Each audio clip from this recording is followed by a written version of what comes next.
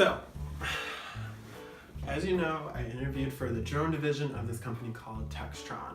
Well, when my senior year came around, I ended up interviewing for their lawnmower division, which was called Dixie Chopper. So, if you know me, you can just bet that like lawnmower marketing was like not on my like list of like things I wanted to do. But again, I'm a college student, everyone's telling me you need to get a job, the pressure's on, and I'm like, okay, fine, I will go. So anyways, I do the interview, I do the second interview, and they invite me out to Indianapolis. Indianapolis. BFE Indianapolis, like outskirts. So I fly out there on a puddle jumper. This thing had one seat. Mind you, I'm like, again, flying alone, and like, it's not fun to fly alone. And this thing had one seat on each side. This thing like barely feels like it's like it barely feels like it's ascending. And I feel like I'm like this must feel what private jets feel because they're so small. I'm like, give me a big plane anytime I fly in the future.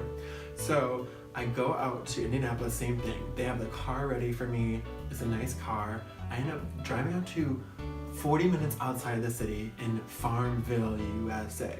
I'm staying at this like small liberal arts college hotel, and I have to like eat dinner alone. I call my mom, and I'm like, this is the first time I eat dinner alone, and I'm like, can you help me while I eat my sweet potato and tots?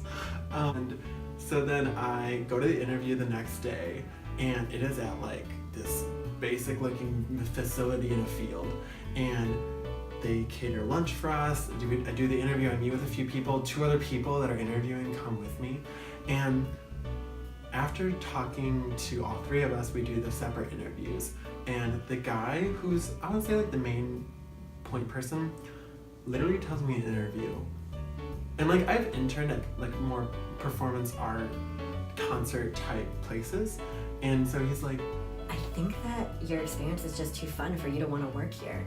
and I'm like, excuse me? Like, he literally said that straight, word for word. You flew me out here for a second time, and you're gonna tell me that you think my experience is too fun for the job? But at that point, I was shook, and I was just like, blah, blah, blah, blah, blah. No, of course not. Are you kidding? Like, my experience is not too fun to work at Dixie Chopper, the world's fastest lawnmower distributor. I do the interview, probably know I'm not gonna get this, and they're like, you want to tour the facility? And I'm like, they're like, this lawnmower was featured in a TV show that I forget, and I was just like, wow! And they were like, let's tour the facility. There's like sparks flying everywhere. I have to wear like the goggles, and they're just like showing me like, this is where we make the choppers, and this is where we make the lawnmowers. I'm just like, oh, that's awesome, like in that tone too. And trying to just like fake my way through this because I'm stuck in Indianapolis and I don't want to be in an interview. So anyways, I ended up flying home that night on a bigger plane, thank God. I think that one was one where like the whole plane was empty and it was meant for 200. They clearly made a mistake. So I had like a whole like third of the plane to myself. That was actually really funny because the stewardesses were doing like just like having fun with the instructions because like no one's in the plane. But yeah, so they ended up not going with me, which I took it as I wasn't offended at that, so I was okay with it. I mean, did I want to end up in Indianapolis? No. I was like away from my family in a city I never aspired to be at, but I was like, it's a job. That is how I almost got a job selling the world's fastest lawnmower.